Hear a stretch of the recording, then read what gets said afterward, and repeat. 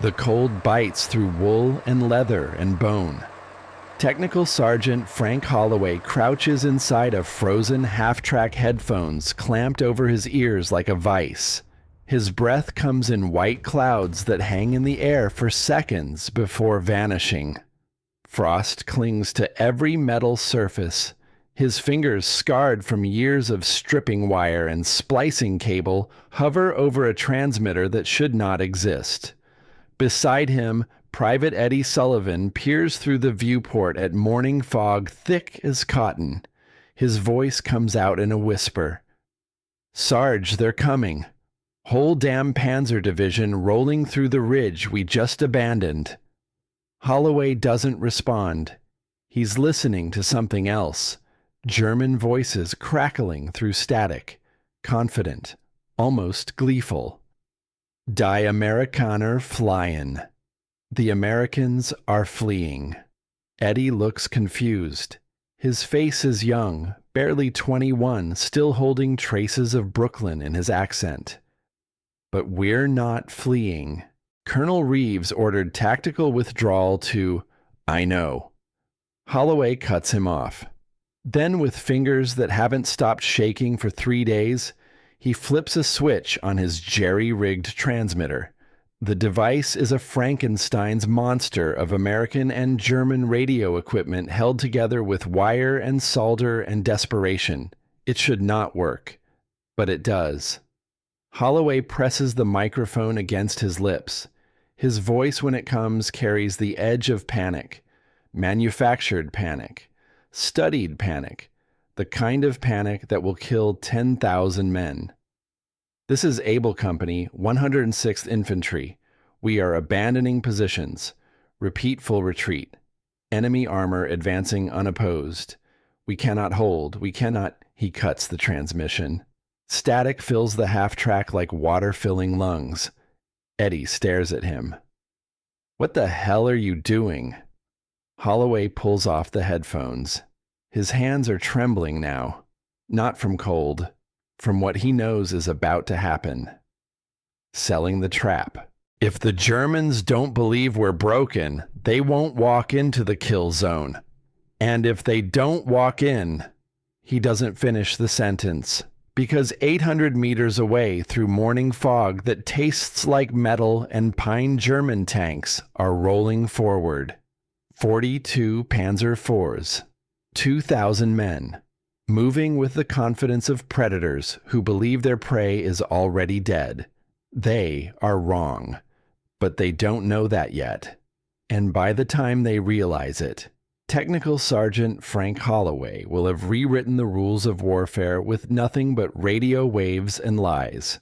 6 days earlier, December 10th, 1944, Frank Holloway isn't supposed to be inventing psychological warfare tactics.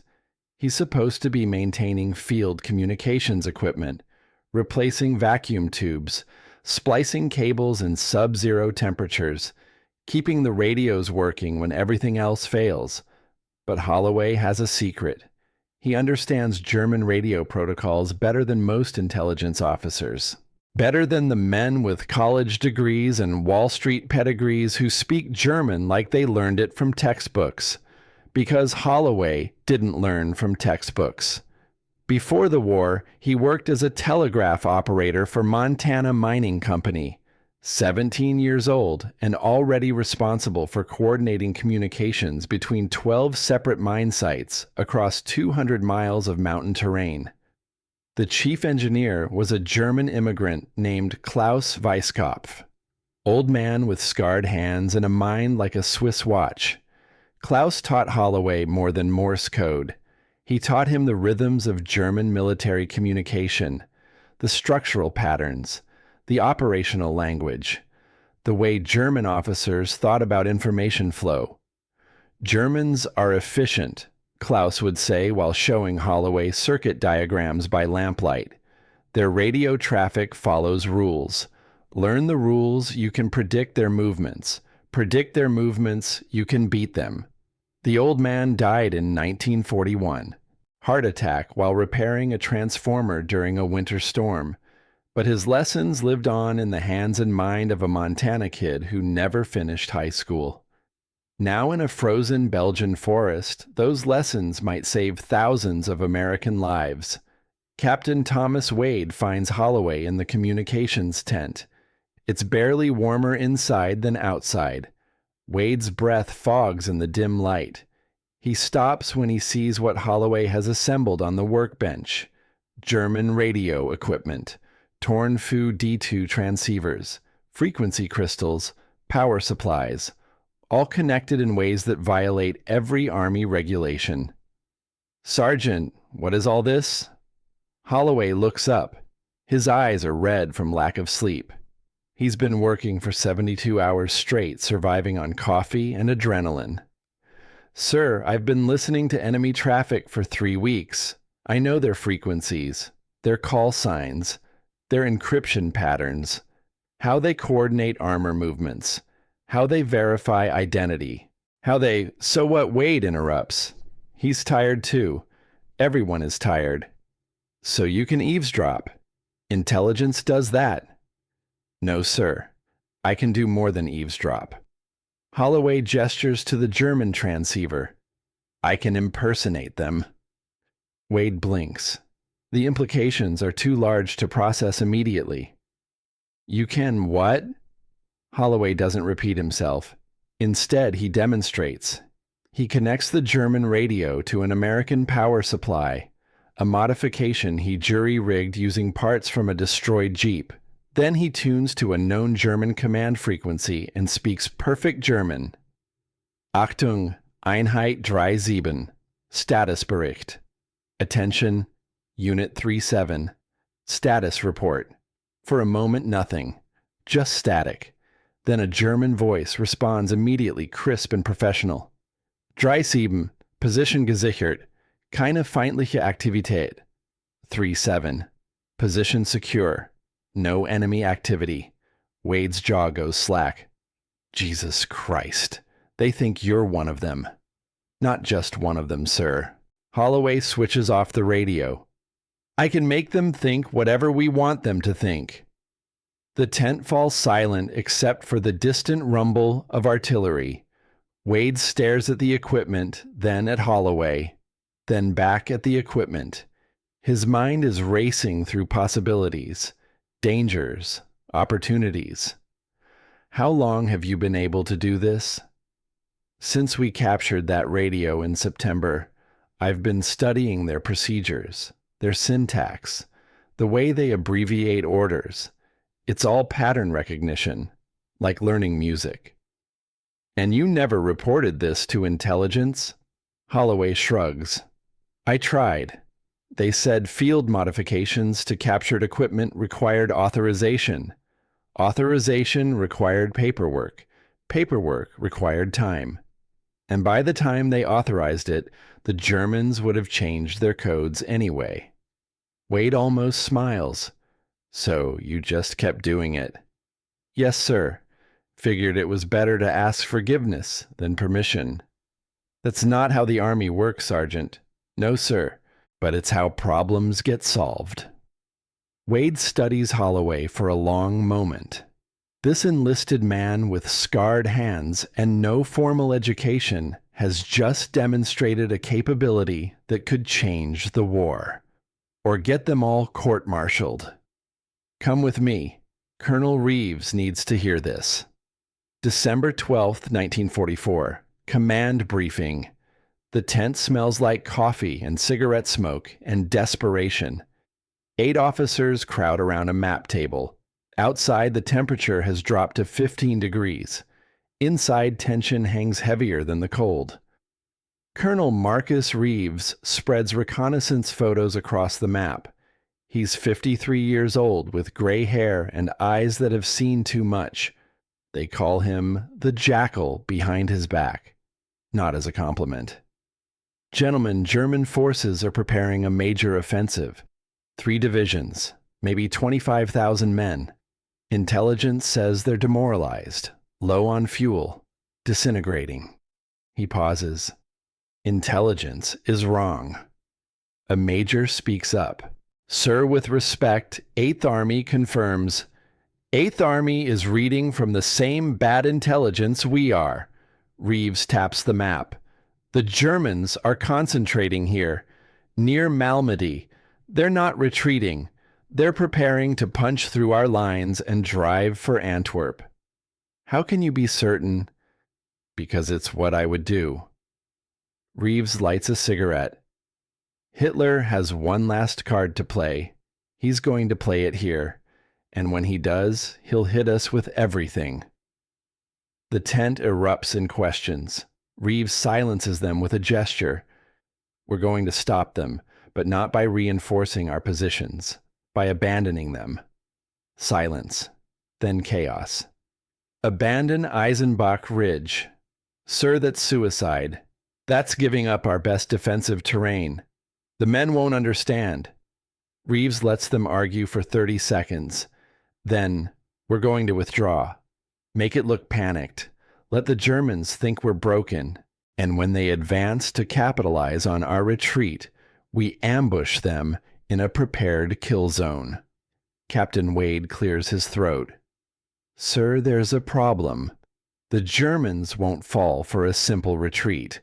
They'll suspect a trap.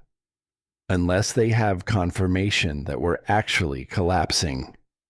We don't have that confirmation to give them. Reeves looks toward the back of the tent. No, but Sergeant Holloway can fake it. All eyes turn to Holloway, standing against the canvas wall. He hadn't wanted to be here, hadn't wanted attention, but Wade insisted. Reeves continues. Sergeant Holloway has discovered something. Show them. Holloway sets up the German radio on the map table.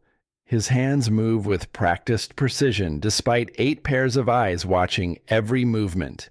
He connects power cables, tunes the frequency dial with the delicate touch of a safe cracker, then puts on the headphones and speaks into the microphone in flawless German. Achtung, Achtung. Einheit 37, hier ist Kommando Ost. Statusbericht sofort. Static crackles through the tent. Then, clear as a church bell, a German voice responds. Hier 37, Position gesichert. Keine feindliche Aktivität. Holloway switches off the radio. The silence in the tent is absolute. One officer whispers what they're all thinking. He just talked to them. Right now. And they had no idea. A skeptical major leans forward. How do we know that wasn't staged? How do we know this is real? Holloway doesn't argue. Instead, he tunes to a different frequency, listens for 30 seconds, then writes coordinates on paper and hands it to Captain Wade. German artillery position, 12 kilometers northeast. They just reported ammunition resupply. 3 trucks arrived 20 minutes ago. Wade stares at the coordinates. How do you know? Because I heard them report it on their logistics frequency. The major crosses his arms. Anyone can listen to radio traffic, Sergeant. That doesn't mean you can impersonate them. Holloway pulls out his notebook, opens it to reveal pages of meticulously handwritten German intercepts, frequency assignments, call sign patterns, communication protocols. German operators follow strict procedures. Every transmission has structure, authentication codes, unit designations, timestamps. They're Germans. They love rules. He flips through more pages. For 3 weeks, I've been mapping their entire network, who talks to whom, when they check in, how they phrase orders. I know their system better than some of their own operators. Wade steps closer, studies the notebook. The detail is staggering. Frequency charts cross-referenced with unit movements. Timing patterns analyzed to the minute. This is intelligence work. Why didn't you report it? I tried, sir. Filed 3 reports with S2. They said captured equipment required authorization. Authorization required engineering command review, 6 to 8 weeks processing time. So you kept doing it anyway. Sir, I fix things that are broken and make things work that shouldn't. When I see a tool that could save American lives, I don't wait for paperwork. The skeptical major isn't convinced. You're proposing we base our entire strategy on homemade radio tricks. Not tricks, sir, psychology. Holloway's voice stays level. Germans are already monitoring our frequencies, already listening for signs of weakness. I'm proposing we give them exactly what they're looking for. He points to the map. When Colonel Reeves orders withdrawal tomorrow, German intelligence will monitor our communications. They'll listen for panic, for confusion, for units falling apart. What they won't know is that I'll be broadcasting fake traffic designed to sound exactly like real collapse. A captain speaks up. Won't they realize something's wrong when transmissions don't match previous patterns? No, sir. I'll use our actual call signs, our actual frequencies. Transmissions will come from correct geographic locations. The only difference is the panic will be manufactured. But it'll sound real because I'll make it sound real. Reeves has been silent throughout. Now he speaks voice quiet but carrying absolute authority. Sergeant Holloway, if this fails, Germans will overrun our positions within hours. Thousands of men will die. Do you understand? Yes, sir. And if it succeeds, you'll have lied so convincingly that they'll walk into an ambush that kills thousands of them. Can you live with that? Holloway thinks of Klaus Weisskopf, the old German immigrant who taught him radio theory, who fled Germany in 1923 because he saw what was coming, who died believing Americans would stop what his homeland had become. Sir, I can live with saving American lives. The rest I'll figure out later. Reeves studies him for a long moment, then turns to the assembled officers. Gentlemen, we have 48 hours until the German offensive begins. Standard doctrine says reinforce positions and prepare for frontal assault, which means heavy casualties holding ground that doesn't matter. Or we try Sergeant Holloway's plan.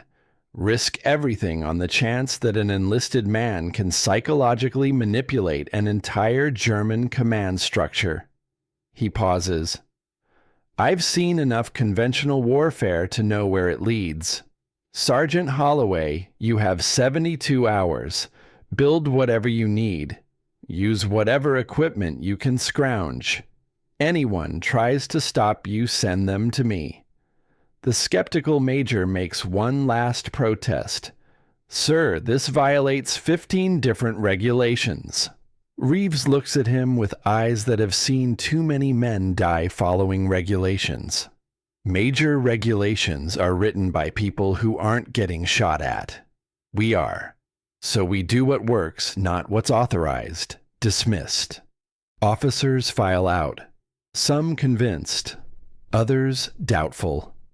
Wade hangs back. Sir, you're betting everything on this. No, Captain. I'm betting on the fact that humans believe what they want to believe. Germans want to believe we're broken. Sergeant Holloway will confirm that belief.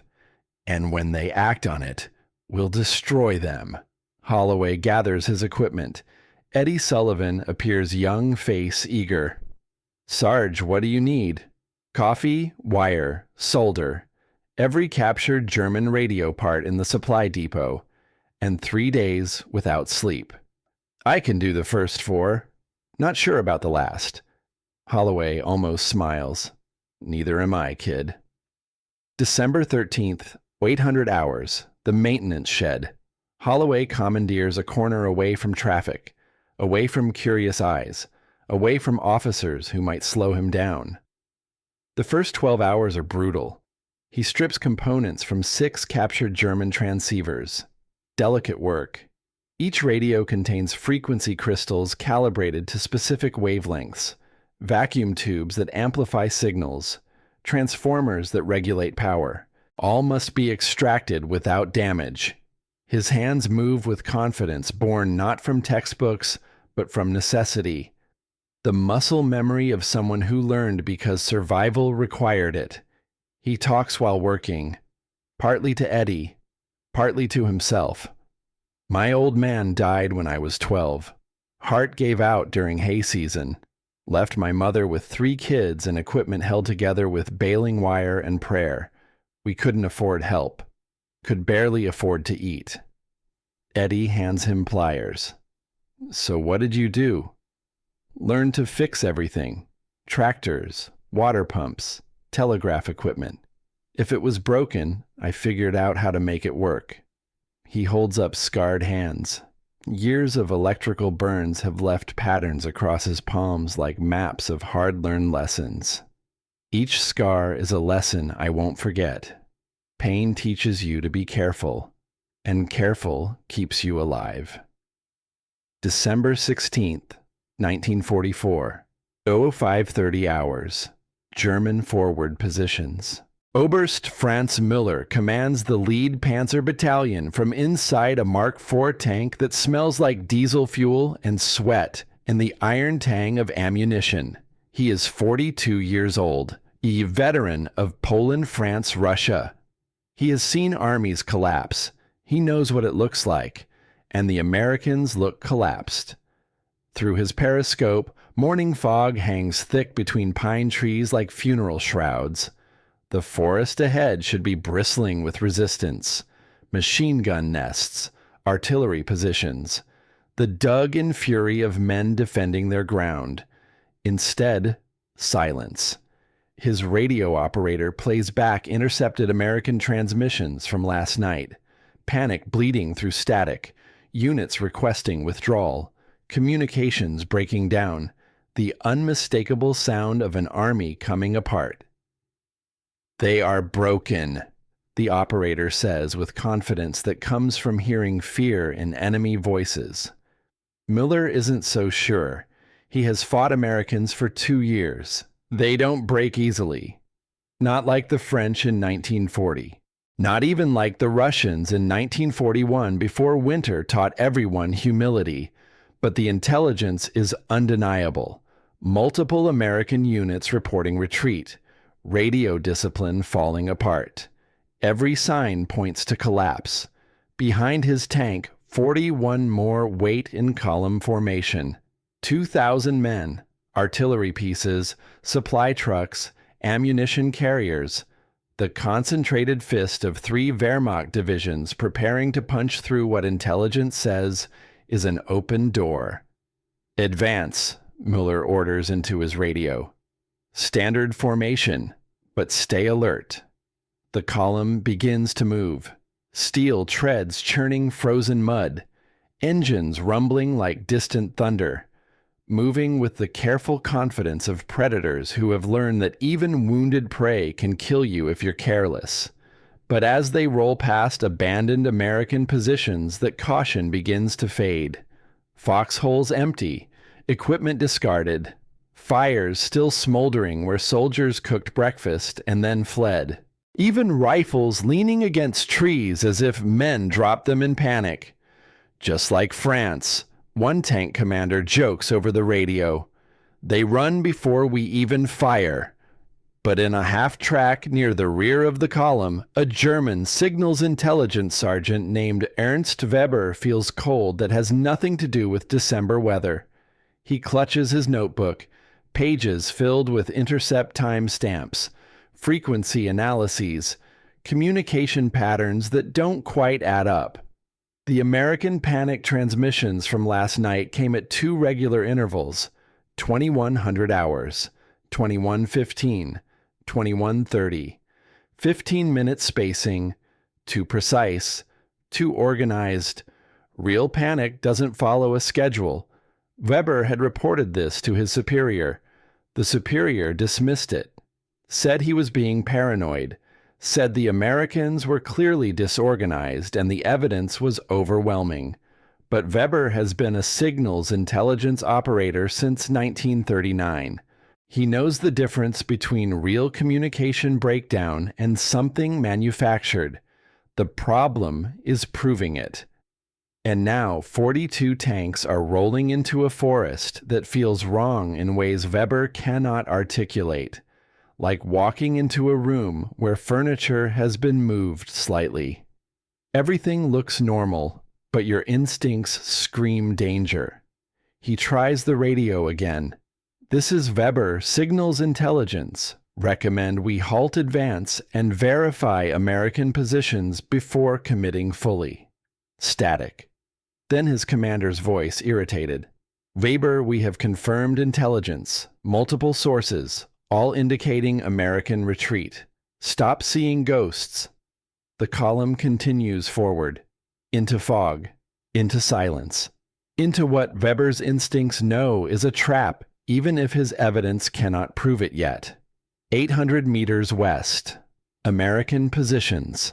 Staff Sergeant Frank Holloway crouches behind his improvised radio array. The equipment looks like something from a mad scientist's basement. 6 German transceivers wired together. Antenna arrays pointing in different directions. Power cables running to a generator that coughs and sputters in the cold. Eddie Sullivan lies beside him, watching through binoculars as German tanks enter the forest corridor below. "They're coming," Eddie whispers. "All of them. Just like you said." Holloway doesn't respond. He's listening through headphones to German radio traffic, commanders coordinating movement, tank crews reporting positions, the casual efficiency of men who believe they're advancing against broken opposition. His creation worked. The ghost frequency broadcasts convinced German intelligence that American forces were in full retreat, and now 3 divisions are walking into the narrowest part of the valley, into the kill zone, into the place where Colonel Reeves has positioned every artillery piece in the sector. Behind Holloway, Captain Wade stands with a radio in one hand and a stopwatch in the other, watching the German column snake through the forest below, waiting for the exact moment when maximum force is inside minimum space. The moment when withdrawal becomes massacre. Holloway removes his headphones, looks at Wade. They're committed. Lead elements past the choke point. Rear elements still entering. Wade checks his watch, studies the valley. The German column stretches for nearly 2 kilometers now, packed tight in the narrow forest road. No room to maneuver, no room to scatter. Perfect. He lifts his radio, speaks 3 words. All batteries, fire. December 14th, 1944, 2 days earlier. Flashback. The intercut memory comes unbidden to Holloway's mind even as he watches the present moment unfold. He had been standing in this exact spot 2 nights ago, testing sight lines, calculating radio transmission angles, making sure his broadcasts would sound like they came from retreating American positions rather than from the ambush line. Colonel Reeves had found him here at midnight. The older man moved quietly for someone carrying the weight of command. "Can't sleep either?" Reeves asked. Holloway shook his head, trying to think through everything that could go wrong. And list is too long. Germans could detect the fake transmissions, could see through the deception, could probe instead of committing, could split their forces, could... He trailed off. Reeves lit a cigarette. The orange glow briefly illuminated his face, tired eyes, lines carved by too many decisions. Sergeant in North Africa. I held a position for 6 days by making the enemy think I was already dead. I had my men light fires at night, then abandon them, leave equipment visible, make it look like we'd withdrawn. And when the Germans came to claim what they thought was empty ground, we killed 300 of them. Did it work because you were smarter than them? No. It worked because they believed what they wanted to believe. That we were weaker than we were. That victory was inevitable. Reeves took a long drag on his cigarette. People don't question information that confirms what they already think is true. That's the weakness you're exploiting. And if I'm wrong, then we die. But we were going to die anyway if we fought them straight up. At least this way, we have a chance. Reeves had walked away into darkness, leaving Holloway alone with his equipment and his doubts. Present moment is 7:30 hours. The first artillery shells leave their tubes with sounds like freight trains being born. 42 105mm howitzers firing simultaneously from concealed positions in Blackwood Valley. The shells arc through gray sky, invisible, silent in flight. Then they arrive. The forest explodes. The first salvo hits the rear of the German column, blocking escape routes. Trees shatter into splinters that become shrapnel. A fuel truck erupts in a fireball that climbs above the canopy like a miniature sun. Miller's tank rocks from a near miss. Dirt and metal fragments spray his viewport. His radio erupts with voices. Panic. Real panic this time. We're surrounded. Artillery from the west. Where did they come from? He tries to reverse, but the road behind is blocked by burning wreckage. Tries to turn, but trees are too dense. His tank, his beautiful killing machine, has become a steel coffin. Through his periscope, he sees American infantry emerging from concealment, not retreating, advancing, like ghosts materializing from fog. Gott im Himmel, he whispers. It was all fake. The second artillery salvo walks forward. Methodical, precise, each shell landing exactly where American forward observers direct it. No wasted rounds, no mercy. German soldiers abandon vehicles, run in every direction. Some try to fight. Others throw down weapons and raise hands. The careful confidence of 30 minutes ago has become pure survival instinct. Eddie Sullivan watches through binoculars, face pale. They're dying, all of them, because they believed. He doesn't finish the sentence. Holloway sits motionless, headphones around his neck, hands folded in his lap, watching men die because of words he spoke into a microphone, lies crafted so carefully that 3 divisions believed them. Sarge, Eddie's voice is small. You okay? Holloway doesn't answer, because he's not okay, won't be okay. But there's no time for that now. American tanks emerge from hidden positions on both flanks. M4 Shermans and M24 Chaffies painted white for winter camouflage. They roll toward the trapped German column like sharks closing on wounded prey. The killing ground is living up to its name. And Technical Sergeant Frank Holloway, who learned radio theory from a German immigrant in Montana, who built a deception device from salvaged parts, who convinced an entire enemy command structure to walk into annihilation, sits quietly and counts the cost of being right. 800 hours. German command half-track. Sergeant Ernst Weber crawls from the overturned vehicle. His uniform is scorched. Blood runs from a cut above his eye. Around him the forest burns. But clutched in his hand, protected even as he dove for cover, is his notebook. The evidence no one would listen to. He staggers toward what remains of the German rearguard. Officers shouting contradictory orders. Men running without direction. The organized Wehrmacht war machine reduced to chaos in 30 minutes. Weber finds a captain trying to establish radio contact with division headquarters. The man's hands shake as he adjusts frequency dials. Sir, the American transmissions. They were fake. I have proof. The captain doesn't look at him. Weber, we're being destroyed. I don't care about... You should care. Weber's voice cuts through. Because we're going to report this. And if we don't tell command what happened, they'll send more divisions into the same trap. That gets the captain's attention.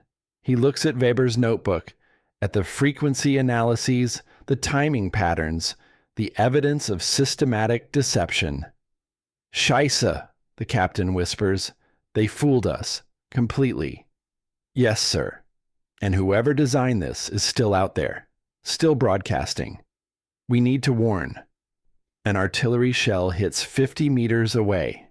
Both men hit the ground. When the debris stops falling, the captain's radio is destroyed. Weber stares at smoking metal. His proof is intact, but his ability to warn anyone is gone. Around them, white flags begin appearing. German soldiers surrendering in groups. The battle is over. The trap worked perfectly, and Weber, the only man who understood what happened, is now a prisoner of the very deception he tried to expose. Aero 900 hours, American communications position. Holloway sits motionless, headphones off, hands still, watching smoke rise from the valley below. Eddie Sullivan notices the sergeant's hands trembling. Sarge, you okay? I'm fine. You don't look fine. Holloway's voice comes out hollow. Eddie, I just killed. I don't even know how many. Thousands. All because I convinced them we were weak. That's war. No. War is shooting at someone shooting at you. This is... He searches for words. I tricked them into walking into a slaughterhouse, like leading cattle with a bell they trusted. Eddie doesn't know what to say. Finally, you also saved thousands of Americans. Does that math work? Does saving our people make it okay that I lied to theirs? Holloway looks at his hands, the same hands that built the ghost frequency. That keyed the transmissions. That spoke the lies. These hands didn't pull a trigger, but they killed more men than 1,000 riflemen. Captain Wade approaches. Sergeant Colonel Reeves wants you monitoring for German reinforcements. If they're calling for backup, we need to know. Holloway nods, puts the headphones back on, returns to work. Because that's what soldiers do. They keep working even when they're not sure if what they're doing is right. Even when the weight of it threatens to break them. They keep working because stopping means the deaths were for nothing. He tunes through German frequencies, hears chaos, units calling for orders that never come, officers trying to coordinate retreat with equipment that no longer exists, the sound of an army dying in real time, and every voice he hears is another weight added to scales he'll carry forever. 1,400 hours. Prisoner collection point. They bring Weber in with 40 other captured Germans. Muddy. Exhausted. Defeated. An American intelligence officer notices the notebook Weber still clutches, realizes what it contains. German analysis of American radio traffic. Gold for counterintelligence. Get me the communications sergeant, Holloway. He needs to see this. 20 minutes later, Holloway sits across a wooden table from Ernst Weber. 2 technicians. 2 men who understood the truth before anyone else. Weber speaks first in careful English. You made the broadcasts. Holloway nods. Yes. How Holloway considers lying, then decides the war is over for this man. Truth can't hurt now. Captured radios, your frequencies, your protocols. I studied your system for 3 weeks, then gave you what you wanted to hear. Weber nods slowly, opens his notebook, shows Holloway the timing analyses, the frequency patterns, the evidence of deception. I knew it was fake, told my superiors. Nobody listened. Why not? Because it confirmed what they already believed, that Americans were weak. That victory was inevitable. Weber looks at his carefully documented proof. People don't question information that makes them feel right. You understood that. I counted on it. They sit in silence. Two men on opposite sides of a war, both understanding something most soldiers never grasp, that battles are won not just with bullets, but with belief. And the most dangerous weapon is the lie that sounds like truth. Finally, Weber asks how many died because of your trick. Don't know yet. Thousands. Do you regret it? Holloway meets his eyes. Doesn't look away. Every day for the rest of my life. But you would do it again. Yes. Why? Because if I hadn't, more Americans would have died. And I chose my side. Holloway pauses. You would have done the same. In my position. For your people. Weber considers this, nods. Yes, I would have. They understand each other, not as enemies, as men who made the same calculation on opposite sides of the same equation, both willing to carry weight that never gets lighter, both knowing that some victories cost pieces of your soul. The intelligence officer returns, takes Weber away for further debriefing. Eddie finds Holloway still sitting at the empty table. What did he say? That he knew it was fake, that he tried to warn them, that nobody listened because the lie was too convenient. Does that make you feel better? Holloway stands, walks toward the communications tent. No, but it makes me understand something. What? That the best deceptions aren't the cleverest ones. They're the ones that tell people what they already want to believe.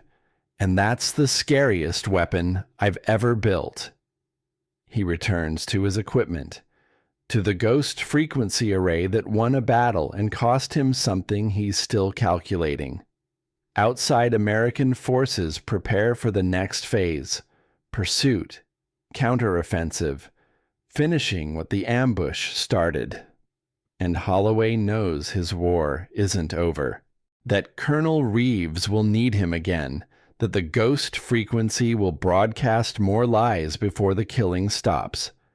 But tonight, in whatever frozen hole passes for shelter, Frank Holloway will sit alone with his notebook and write down every name he heard screaming on German radio frequencies. Not because it changes anything, but because someone should remember that the men who died today believed a lie told by a telegraph operator from Montana who learned how to turn words into weapons, and that tomorrow those same weapons will kill again. Because war doesn't stop for regret. It just keeps asking you to choose, and Holloway has already made his choice. Now he has to live with it. December 17th, 1944. 0600 hours. First light after the massacre. The forest smells like cordite and burning rubber and something worse. Something that used to be men. Smoke hangs low between the trees, refusing to rise, as if the weight of what happened yesterday has made even the air too heavy to move. Staff Sergeant Frank Holloway hasn't slept. His eyes are red-rimmed. His hands shake when he reaches for his coffee canteen.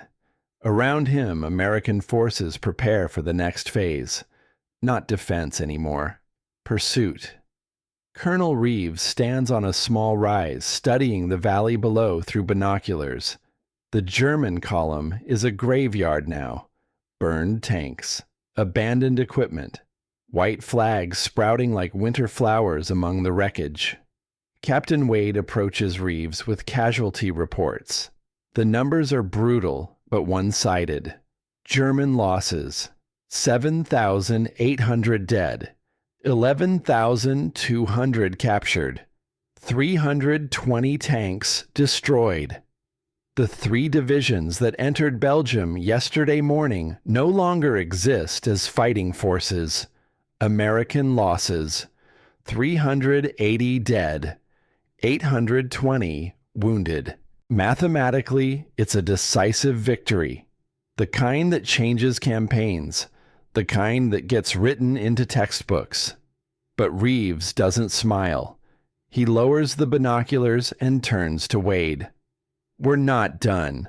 Wade blinks. "Sir, we've achieved the objective. Enemy forces are shattered. We should consolidate and—" "No." Reeves cuts him off. "They're wounded, confused, leaderless. If we stop now, they'll regroup. Berlin will send reinforcements. We'll be fighting them again in 2 weeks. What are you ordering?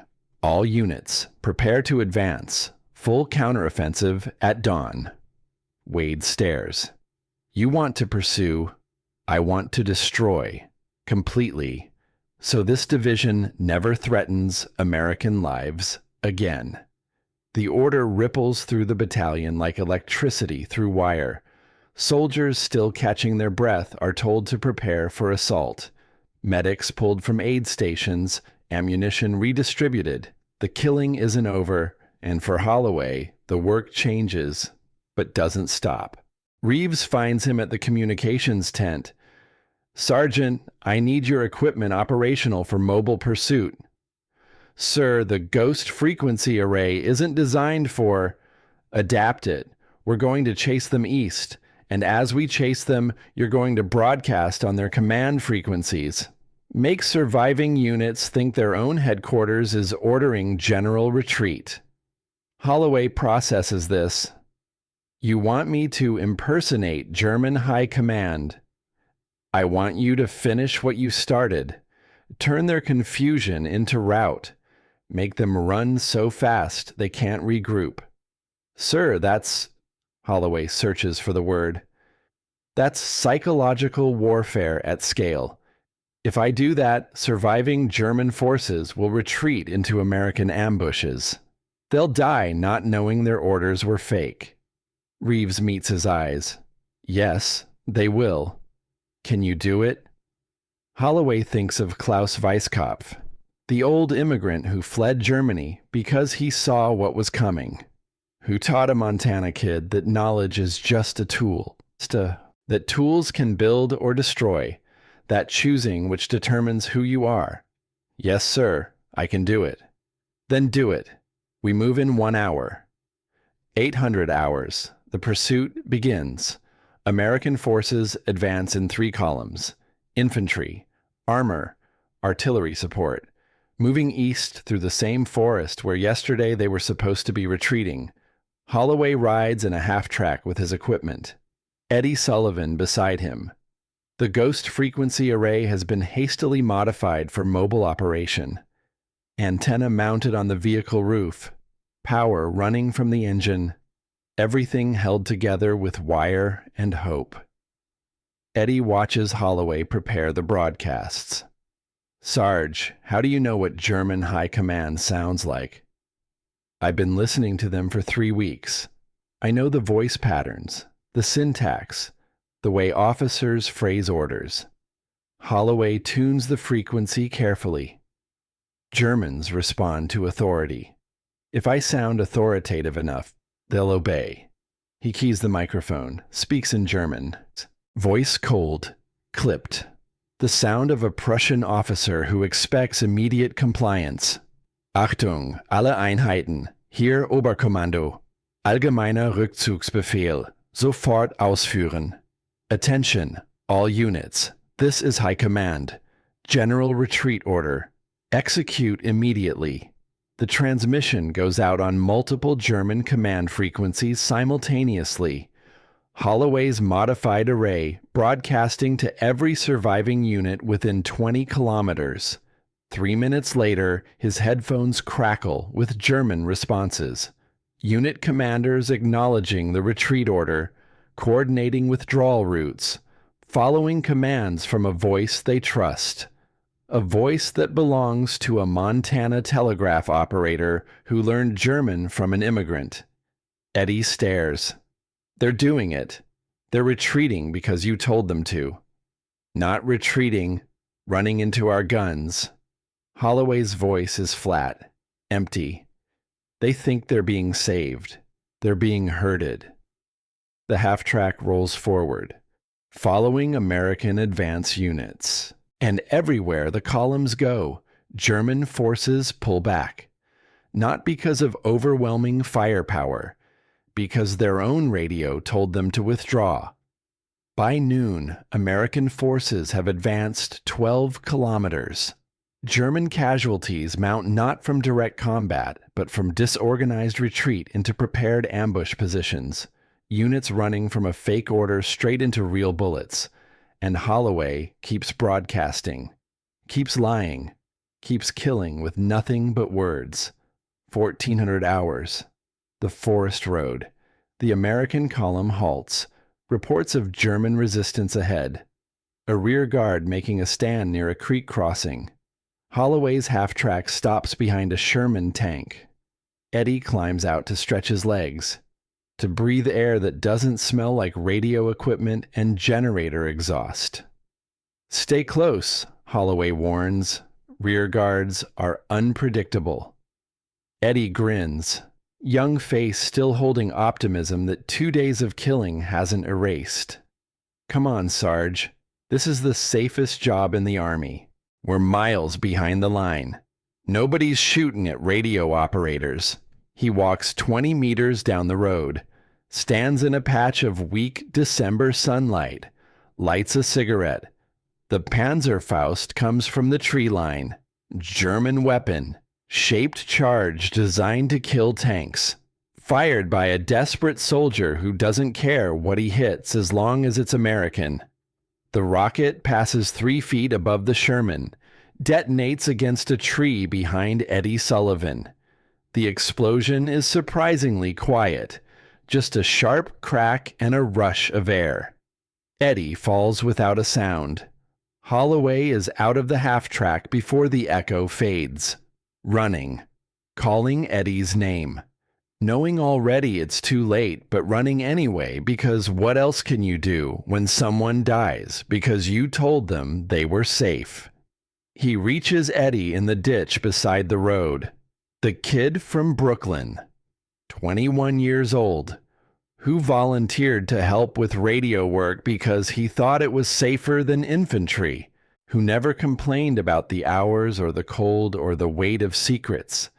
Eddie's eyes are open, staring at December sky, seeing nothing. Holloway kneels beside him, doesn't try to stop bleeding that's already stopped, doesn't check for pulse when he can see there isn't one, just kneels there in frozen mud while rifle fire erupts around them and someone shouts about taking cover. He stays for 5 minutes that feel like 5 hours, until Captain Wade physically pulls him away. Sergeant, we need you. German reinforcements are trying to coordinate on the radio. You're the only one who can give me a minute. Holloway's voice comes from somewhere far away. We don't have a minute. The operation requires... I said, give me a goddamn minute. Wade stops, sees something in Holloway's face that makes him step back, realizes this is the first time the sergeant has broken, that everything up to now has been professional distance, and now that distance has collapsed. After a long silence, Holloway stands, looks down at Eddie one last time. He said radio work was safe. I told him it was. I lied about that too. He walks back to the half-track, climbs in, puts on the headphones, returns to the ghost frequency. But something has changed. The weight was manageable before. Now it threatens to crush him. Yet he keeps working. Because stopping means Eddie died for nothing. Means all of it was for nothing. So Technical Sergeant Frank Holloway puts his grief in a box he'll open later, tunes the frequencies, prepares the next broadcast, and continues the killing. 1800 hours. Dusk falling. The pursuit stops as darkness approaches. American forces dig in for the night. Around them, the forest holds its breath. Smoke from burning vehicles drifts between trees like restless spirits. Holloway sits in his half-track, alone now. Eddie's blood still visible on the metal floor where medics carried him away. The ghost frequency array hums quietly, waiting for the next broadcast, the next lie, the next death. But Holloway makes a decision. He tunes to German command frequencies, all of them, every frequency he's been using for deception, and instead of another fake order, he broadcasts truth, in German voice steady, despite everything he speaks. This is Technical Sergeant Frank Holloway, United States Army. For 3 days I have been lying to you. The retreat was fake. The panic was fake. Everything you heard on these frequencies was designed to make you advance into a trap. And you did. And thousands of you died. He pauses, takes a breath. I am not telling you this to gloat. I am telling you because the war is ending. And you should know that the man who killed you was not a general or a tank crew. It was a telegraph operator from Montana who learned German from an immigrant. Your commanders failed you. My innovation killed you. And I will carry that weight for the rest of my life. Another pause. Longer this time. The lesson is this: be careful what you believe, especially when it is exactly what you want to hear. He ends the transmission, removes the headphones, stares at the equipment that won a battle and cost him something he cannot name. Turn it off, he tells a passing technician. I'm done. December 20th, 1944, 3 days later. The battle is over. Official casualty reports finalized. German forces in the sector destroyed or captured. American advance continues east. The war machine keeps grinding. Colonel Reeves submits his after-action report. 23 pages of tactical analysis, troop movements, artillery coordination, timing sequences, and in the middle of page 17, one paragraph about communications innovations. Technical Sergeant Holloway demonstrated exceptional initiative in employing psychological warfare through radio deception. His broadcasts significantly contributed to enemy confusion and tactical success. One paragraph, 42 words. For an innovation that killed 7,000 men and changed how armies think about information warfare. Army Intelligence Corps sends 2 officers to interview Holloway. They want details, frequencies used, broadcast patterns, technical specifications. They want to replicate it, turn it into doctrine. Holloway refuses to cooperate. It worked once because they didn't expect it. It won't work again. And even if it would, I don't want my name on this. Captain Wade tries to convince him. Sergeant, you changed warfare. You should receive recognition, a medal, promotion, something. I should. What, be proud. Holloway's voice is cold.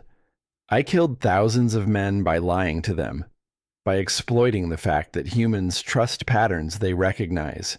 You want to give me a medal for that. You saved thousands of Americans. Both things are true. That's the problem.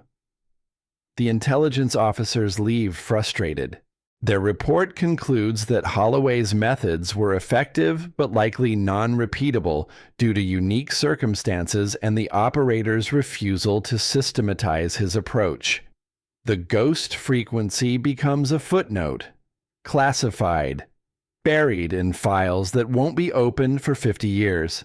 And Frank Holloway goes back to being what he always was, a communications sergeant, fixing radios, splicing cables, living with weight that never gets lighter.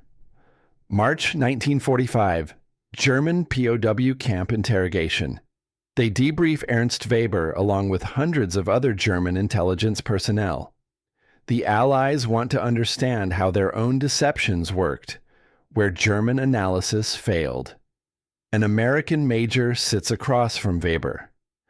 Why did your command fall for the radio deception? Weber considers his answer carefully. It was not that the lie was perfect. It was that we wanted to believe it. Our commanders needed victory. Intelligence reports said Americans were weak. The radio traffic confirmed it. Nobody questioned because questioning meant doubting the narrative we had constructed. What would have prevented it? Skepticism. If someone in command had said, "Wait, this feels too convenient," but nobody did. Because in war, people believe what helps them win. Weber pauses. Until belief kills them. The Major writes this down. It will become part of post-war doctrine. A lesson about confirmation bias and the danger of intelligence that tells commanders what they want to hear. What happened to the American sergeant, the one who made the broadcasts? He returned to his unit, continued normal communications work. Did he receive a medal? No. The operation is classified. Weber nods, understands. Some victories are too ugly to celebrate publicly. Some weapons too frightening to acknowledge. 1989, 45 years later. Montana. Frank Holloway is 77 years old. Runs a small radio repair shop in the same town where he grew up. The same place Klaus Weisskopf taught him circuit theory by lamplight 5 decades ago. A military historian finds him through declassified records, wants to write about the ghost frequency, about psychological warfare in the Battle of the Bulge. Holloway doesn't want to talk, but the historian is persistent. Finally, Holloway agrees to one interview. They sit in his workshop, surrounded by radio equipment, old vacuum tube sets, modern transistor circuits. The evolution of communications technology displayed on wooden shelves. Holloway's hands, scarred and arthritic, now still move with practiced precision as he repairs an antique radio while they talk. Why do you think your deception worked so well? Holloway doesn't look up from his work. Because I understood something most people don't. The most believable lie is the one that sounds exactly like the truth the other person wants to hear. Germans wanted to believe we were broken. I gave them evidence that confirmed it. They stopped questioning because the answer felt right. Do you regret it? Long pause. The only sound is the quiet hum of a soldering iron. Every day. But I would do it again. Because regret is the price of making hard choices. If you're not willing to pay that price, you shouldn't be making those choices. What lesson should people take from this? Holloway sets down his tools, looks directly at the historian for the first time. That war is not won just by soldiers with guns. It is won by people who understand how humans think, how we believe what we want to believe, how we trust patterns we recognize, and how, if you are clever enough and desperate enough, you can use those patterns against people. He picks up the German radio he's been repairing. Tornfu D2, same model he used for the ghost frequency. But also this, every time you do that, you lose a piece of yourself. The Germans lost 7,800 men. I lost something too. Just harder to count. If you could go back knowing what you know, now would you still do it? Holloway turns on the radio. Static fills the workshop.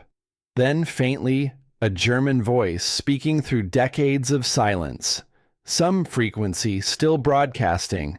Some ghost still transmitting. He turns it off. Yeah, because the alternative was letting more Americans die. And I could not live with that either. So I chose the weight I could carry. Some men carry rifles. Some carry wounded. I carried lies. And those lies saved lives. He returns to his repair work, hands steady despite age. History will not remember my name. They will remember Reeves, the generals, the heroes. And that is fine, because the people who should remember the men who walked out of that forest alive because of a telegraph operator's trick they remember. and that is enough. The historian leaves with a story he will publish in an obscure military journal. Most people will never read it, but those who do will understand something important: that the bravest man in the Battle of the Bulge was not the one who charged forward. It was the one who sat quietly in a half-track speaking lies that sounded like truth, carrying weight that never diminishes. Frank Holloway closes his shop at dusk, walks home through Montana snow. Same town, same streets, same sky that covered him 77 years ago when he was just a kid learning to fix broken things. He thinks about Eddie Sullivan sometimes, about Ernst Weber, about all the voices he heard on German frequencies that day in December 1944. And he thinks about Klaus Weisskopf, the old immigrant who taught him that knowledge is just a tool. The choice of what you build with it, that is what defines you. Holloway built a weapon from words and wire, used it to save thousands, killed thousands more. Both things are true, and he carries both weights, forever.